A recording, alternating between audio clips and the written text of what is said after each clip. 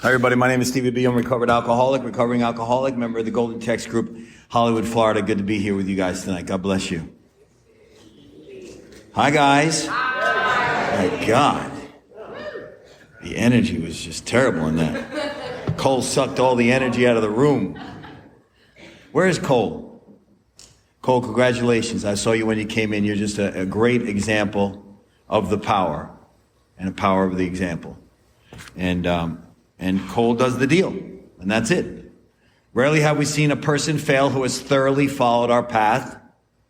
And if you want not to fail, if you want to have what Cole just described as a life beyond his wildest dreams, and really, he's really just starting. You know, so 7 years, Cole?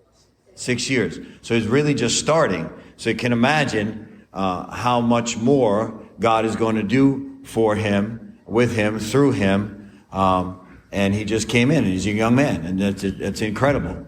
It really is. It's incredible. And when I say he just came in, because Cole's probably, I'd say probably 35, 30, 35, be third, like that. So 6 years of 35 is relatively not a long time. It's basically the beginning stages of recovery. Because it takes us a while to get into the forest, and it takes us even longer to get out of the forest. And I've seen him work the steps. I've seen him sponsor guys. I've seen him start meetings. I've seen him be involved, and it's a blessing to be here tonight. That's a great blessing for me to see you continue.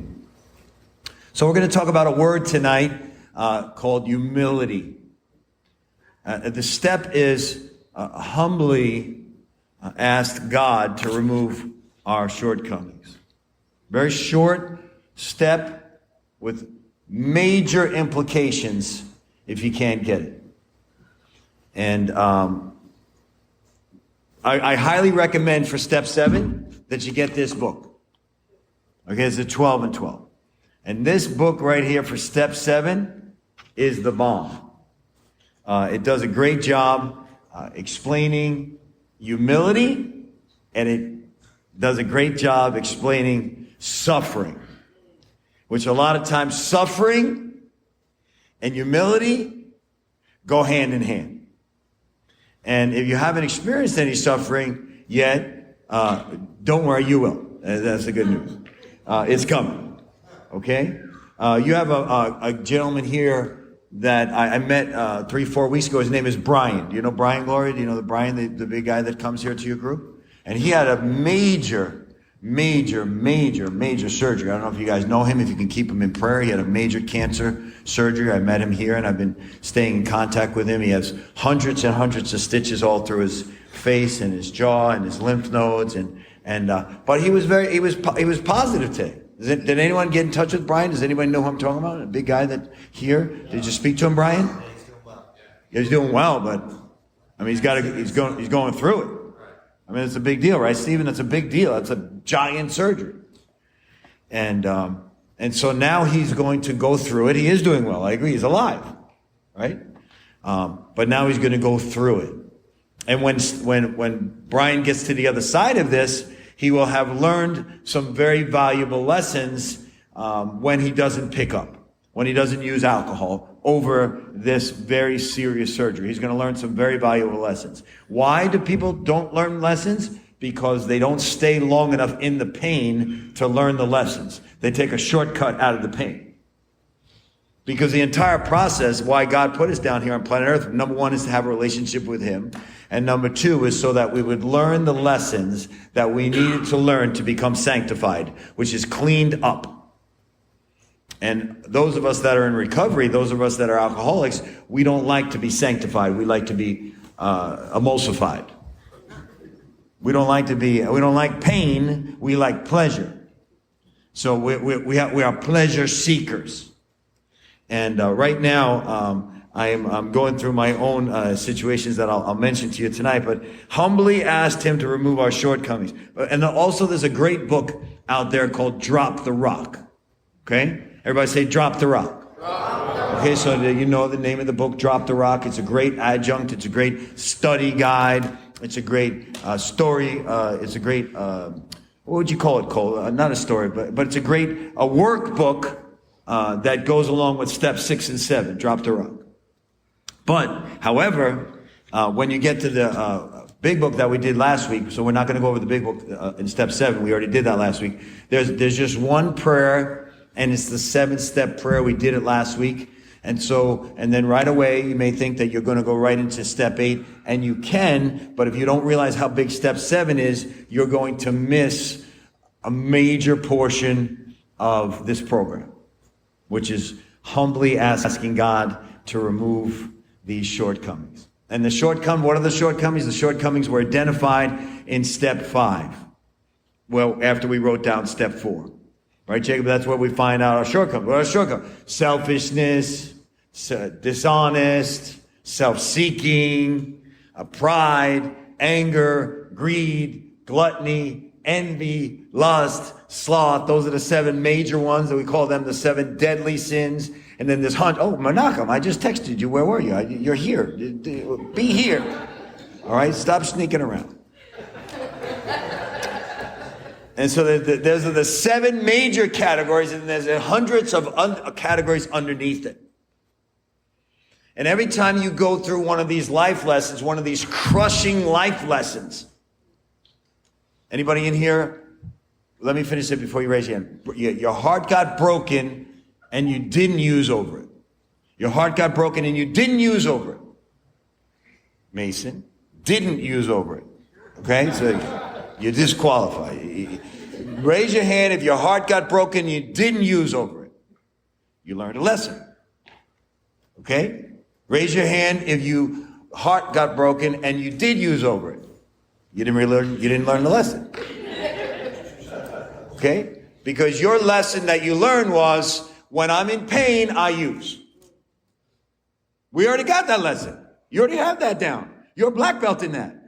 When I'm in pain, I use. That's how I became an alcoholic. That's how you have alcoholism. You already know how to use, okay? If you're in AA on a Thursday night in North Miami, you've got using down. You don't need to do any more research. What do you need to learn? How to go through a breakup and a heartbreak and that gut-wrenching, fetal position. Feels like you cannot breathe, and you stay sober. You get to the other side, and you learn that you can deal with pain with the help of the 12 steps, Alcoholics Anonymous, the meetings, God, G-O-D, Good Orderly Direction, which is your sponsor group, G-O-D, Group of Drunks, which is this, and the Almighty, G-O-D, the Creator. And when you get that, then you're going to be ready for the next crushing of your ego. I think God puts our heart very close to the chest, Stephen, so that when we go through these things, we realize we are not bulletproof. If you're not in pain when someone breaks up with you, then that was not the right person for you, right? Because we're supposed to feel some pain when a relationship ends. I'm not talking about romantic only. I just recently had some relationships that have been put to the test, and it hurts the heart because Alcoholics Anonymous, sobriety, a relationship with God, is called the language of the heart. That's why if you can try to appropriately hug people in AA, not inappropriately hug people. I see some people inappropriately, trying to cop a feel when they're. But if you can try to appropriately hug, and you can get the heart in on the other heart, and you can uncomfortably stay there for a couple moments, you're going to feel a very awesome connection. Very awesome connection. Because this is language of the heart. Certainly no alcoholic and surely no member of AA wants to depreciate material achievement. We want to have stuff. We like stuff. We like being comfortable. We like stuff. Okay, in the old days, and it just happened, I was in Colombia, my wife's country, and they made coffee, and my big mouth said something stupid. Thank God nobody understood what I said in English, because if they did, they'd realize how dumb I am. I said something like, are you guys growing the coffee? They were making the coffee, and I said, are you growing it? Thank God nobody understood what I had said. What they were doing was making coffee the way that they made coffee since the beginning of time. They put it in a pot, they boiled the pot, it came up to the top, they scooped it off. You know, it was a process. I like the machine. You push the button, you put the pot in, you ding, bing, bing, bing, bang. They didn't have that machine in that house. They had a pot, and they had coffee. And after 45 minutes, it came out as coffee. I like the pod. Quick pod, fast pod, espresso pod, instant pod. I would like to have coffee now.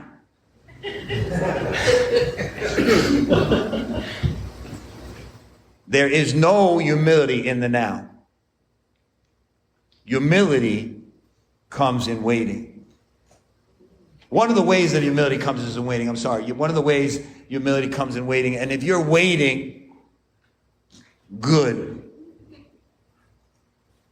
Waiting is healthy. Waiting is growth. One of the worst things that has ever happened to this culture, and believe me, I'm probably one of the top 5 in here, is Amazon. Amazon is anti-growth. Amazon is anti-humility.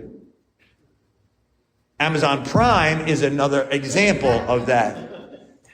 Amazon Prime means we're going to have it today. In this area, if you push the button today to buy, you get the Happy Face package today. You don't have to wait. There's no waiting in Amazon Prime. Henceforth, there's no humility. Henceforth, there's no growth. You have a thought, you go to Amazon, you push the button, it's delivered same day or tomorrow. No thought was in the process, no growth in the waiting. In all striving, so many of well-intentioned, our crippling handicap has been lack of humility. The Bible says to be slow to speak, quick to listen, and slow to anger. I mess that up every single day. I can't get that right. Been studying the Bible for 22 years. It's the book of James. It's one of the books that they were writing, where they were reading when they wrote the big book of Alcoholics Anonymous. It's a very, very simple verse. You don't have to be a believer to get that. It has nothing to do with Jesus. It says, be slow to speak, quick to listen, slow to anger. You think I would be able to get that. I mess it up all the time. I always think it says quick to speak.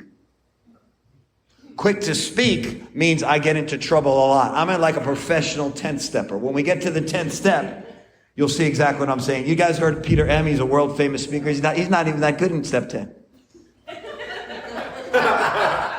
Every time I see him, Cole, I'm like, your step 10's not even that good because you don't even do that much sin. So what do you got to apologize about? Me, I'm like a black belt in step 10. Continue to take personal inventory, and when wrong, promptly admit it. I have to do it all the time. Because somehow my tongue was raised in New York. And it's fast. It's so fast it has its own social security. My tongue has its own social security. My tongue has no humility. It's like you're like a cobra, always ready to strike. And I said it, I told you that last night, Miss Jackie, I had a situation with my own personal family this week when I knew I should listen and everything would have been fine. But instead I spoke quickly and forcefully. Not in curse words or anything like that, but I just didn't listen. I was quick to speak, I was slow to listen, and I was quick to anger. And what happened? I got a dose of humility. I got a dose of humility because when it backfired on me, I realized I was wrong. I want to just go to a couple pages because I love this, where it says, when we finally admitted without reservation that we were powerless over alcohol, we are apt to breathe a great sigh of relief, saying, well, thank God that's over. See, we get humility, we get some humility in step 1, right? I can't do this, right? We admit we're powerless over alcohol, our lives have become unmanageable. I got that part. That part I got. I have humility that I can't fight this thing alone. I got that part. And then now the work begins. The entire rest of the program is about the rest of life, which is really the entire program.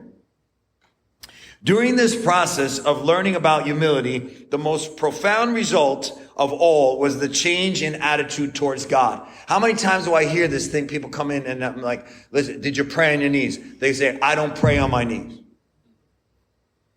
But you got on your knees plenty when you were doing drugs and alcohol. I'm going to tell you something. Now all of a sudden you came into the program and you're a vegan. 2 weeks ago you were begging Chulo for another piece.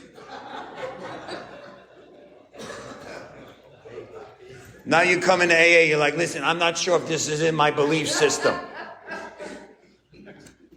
So I have this tough sponsor, this tough Jewish sponsor at the time by the name of Jerry Bear that Mason knows before I got Russell. And I was in detox. I had just had 7 years. I just relapsed. I wasn't doing what Cole did. I was always self-will run riot at 5 years, mental patient at 6 years, relapsed at 7 years. I'm in detox at the Fort Lauderdale Hospital in Broward County, and I call up my previous sponsor, Jerry, and I tell him that I relapsed. He says, shocking. People were waiting for years for this call.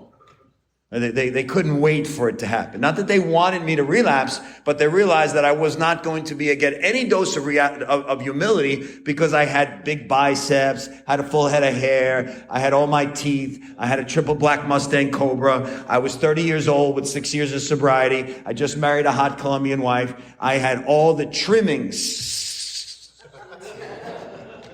and I was sick as a serpent in the desert heat. And they couldn't wait for me to get a dose of humility. They were hoping that it didn't have to be in relapse. They were hoping that I would come to my senses. I'd walk into a meeting and say, listen, I just had an epiphany. I'm not God. But I couldn't do it. I needed to be crushed under alcoholism. And alcoholism is amazing for humiliation. Alcohol is a rapacious creditor, isn't it? And when I say alcohol, I know there's a lot of young people here, so maybe you didn't get into alcohol, you got into drugs. It doesn't matter what the substance is. Whatever crushed you is what brought you here tonight. Nobody willingly comes to AA. Nobody says, listen, maybe tonight I'm going to go see the Dolphins at the stadium, or I'm going to go to AA, but you know, I'm going to go to AA. We come to AA because we've been crushed and we realize we can't do it on our own. And in the first step, we get bamboozled in the first step because it's like a shill game. They come in, they say, just come over, come to the meeting of Alcoholics Anonymous, believe in what you want. Well, I don't believe in the God thing. Don't worry, just come. Doesn't matter, just come. And then we fool them. They come in and we start talking about God, but then they say, well, I don't believe in God. So we tell them, well, don't, you can believe in the group of drunks. And then they realize before long that they want something more. And they realize before so long is that there is more. Because a group of drunks is fine to stay with, but at 2 o'clock in the morning, I mean, I have a lot of respect for Steve, but I want to go over Steve.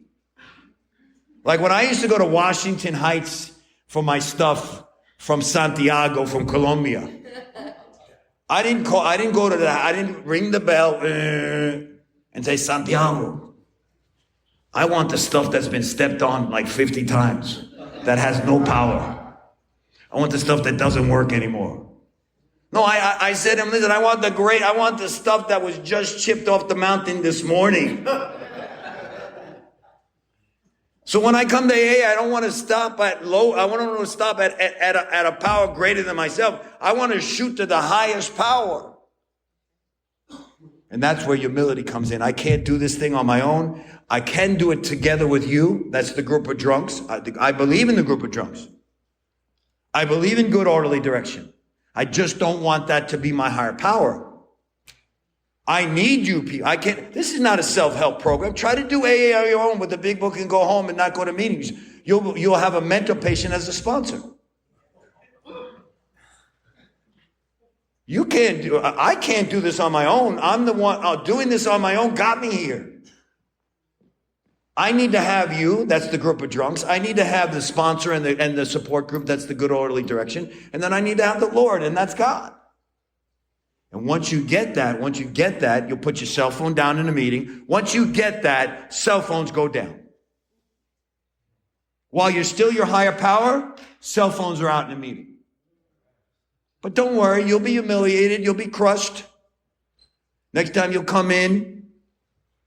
One of my friends, one of Cole's and my friends, he used to come to meetings with his Bluetooth in.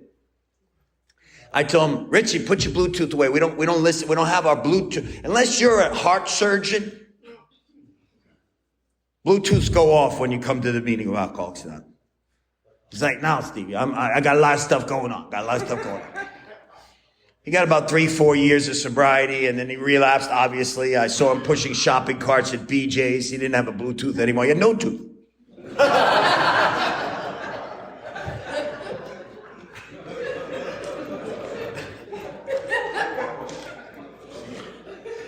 That's how we learn humility, being crushed.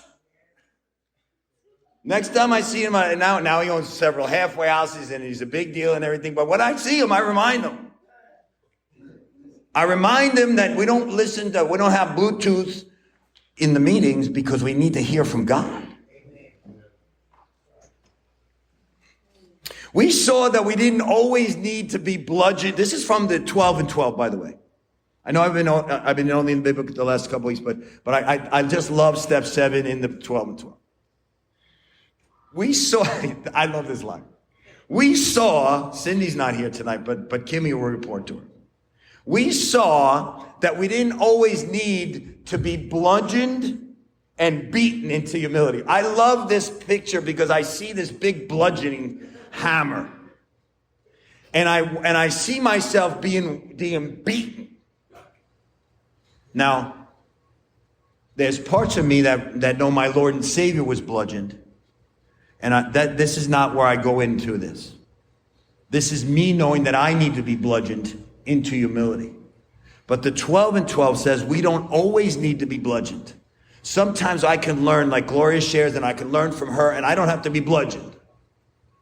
As a matter of fact, there's a lot of women in the program that I really respect that walk with grace and dignity, and I learn a lot from them.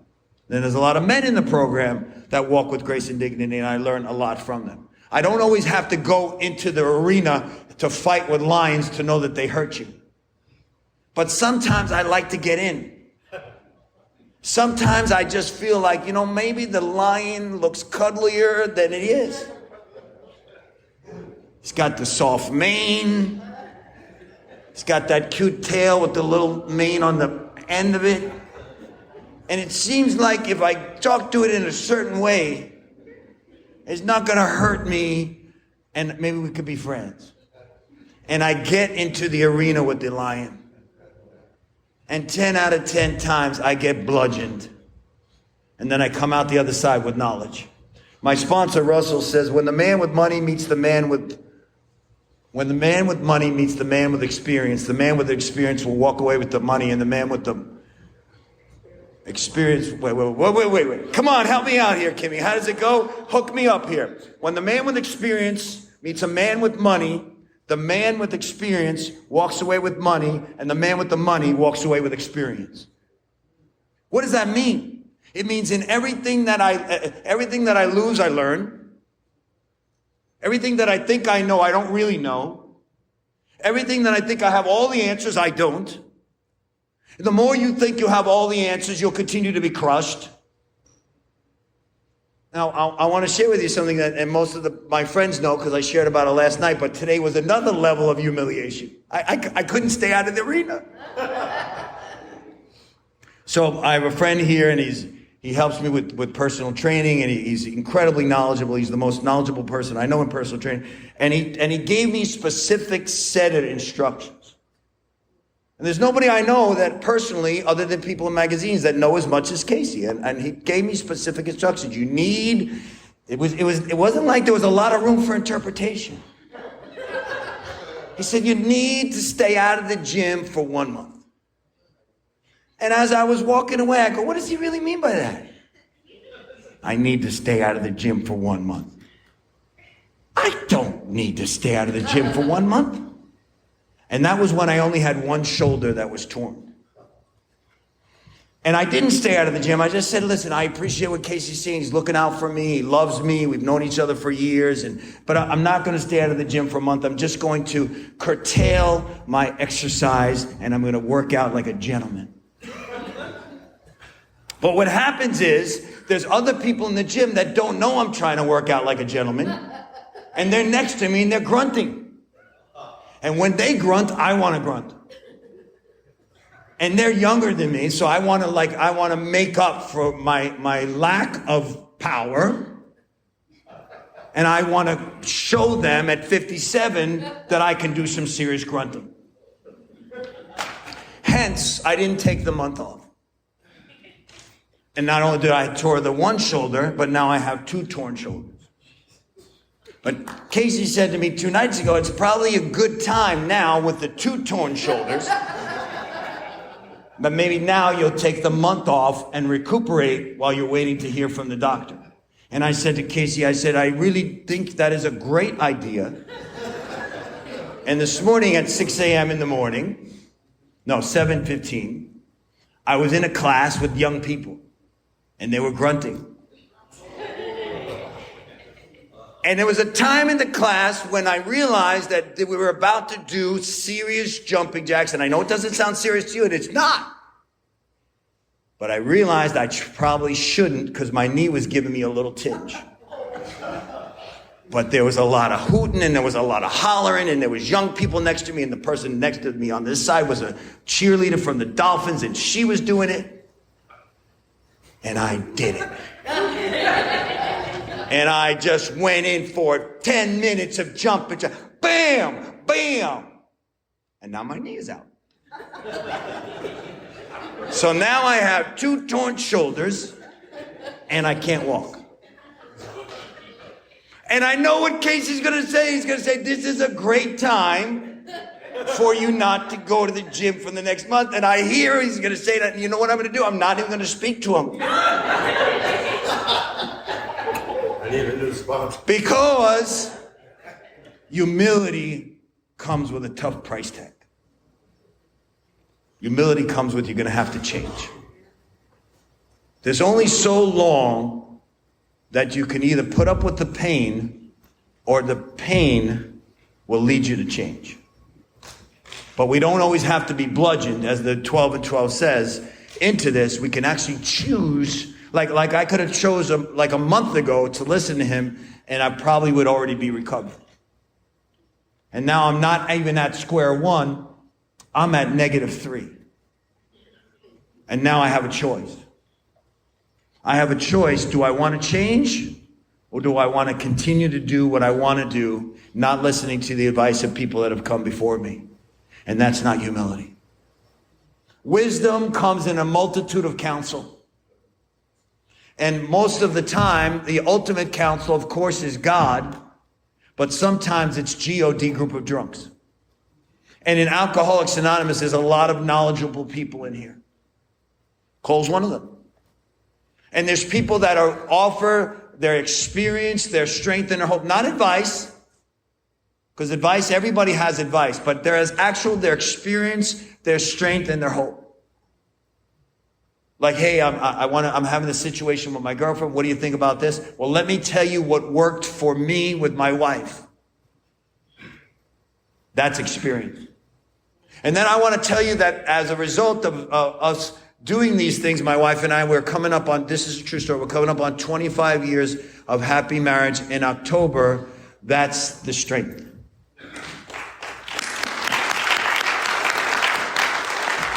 And here's the hope. If I continue to do these things, we'll have another 25 years, one day at a time, God willing, of course, one day at a time. We'll have more happy anniversaries because why? I've been faithful the entire marriage. I've wanted to be a better husband in the entire marriage. I've been quick to listen most of the marriage. I've been slow to speak most of them. And that's not by choice. I married a woman from Colombia who carries a machete, so you have to, she has weapons. So it's better not to speak so quickly. And if I continue to do these things, then the experience, strength, and hope says that I will continue to get these type of results. But if I continue to go to the gym when people that are professionals have told me not to, this is proverbial now, I'm just giving an example. Like, put your cell phone down in the meeting. No, not for me. There's gonna be some penalty. You're gonna have to pay a penalty. God's gonna allow you to go to the penalty box. What does that mean? It means when you think me, Stevie, because I want to be on my phone the entire time. I feel like I got stuff to think about. God will allow me to go to, like, I'm in the penalty phase now. Right now I'm in the penalty box. I have 4 gym memberships. I'm in a penalty box. I'm going to have to call some of those memberships up on Monday. Put them on pause. Do what the trainer said to do. Take some time out. Spend more time in the Word. Spend more time in the 12 of the Word. Spend more time in the Big Book. Spend more time in the Bible. Spend more time with sponsees. Maybe you were right. Maybe you were right. Maybe I'm spending too much time in the wrong direction. Maybe it's time to get another sponsee. Maybe less time on the body and more time on the soul. And here's what the 12 and 12 says. Oh, Cindy's here. She's definitely going to bludgeon me later. A great turning point in our lives came when we sought for humility as something we really wanted, rather than as something we must have. Listen to what that line says.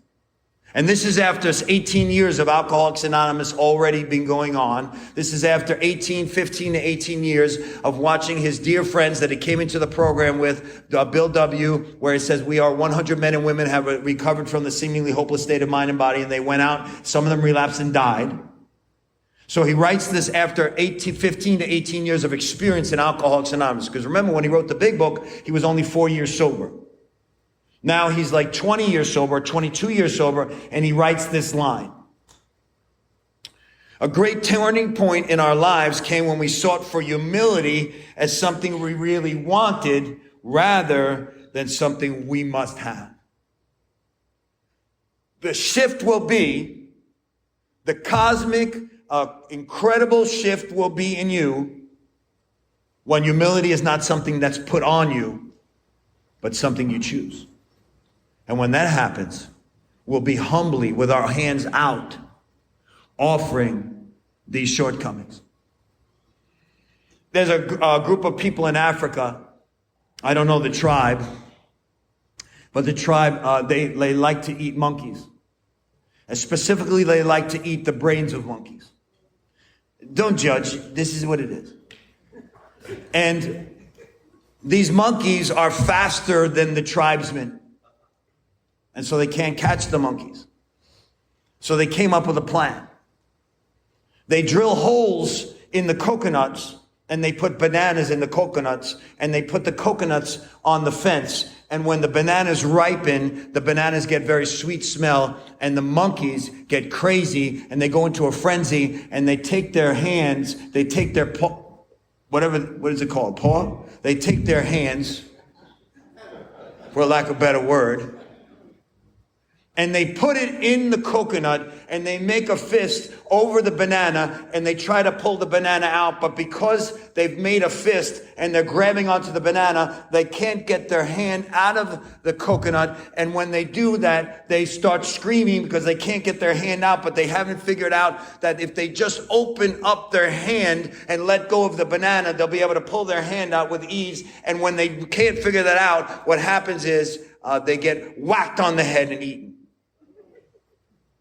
In Alcoholics Anonymous, we have a choice to open up our hand, willingly let go of the shortcomings, allow God to take them. We continue to hold on with our fists to the bitter end until we get whacked on the head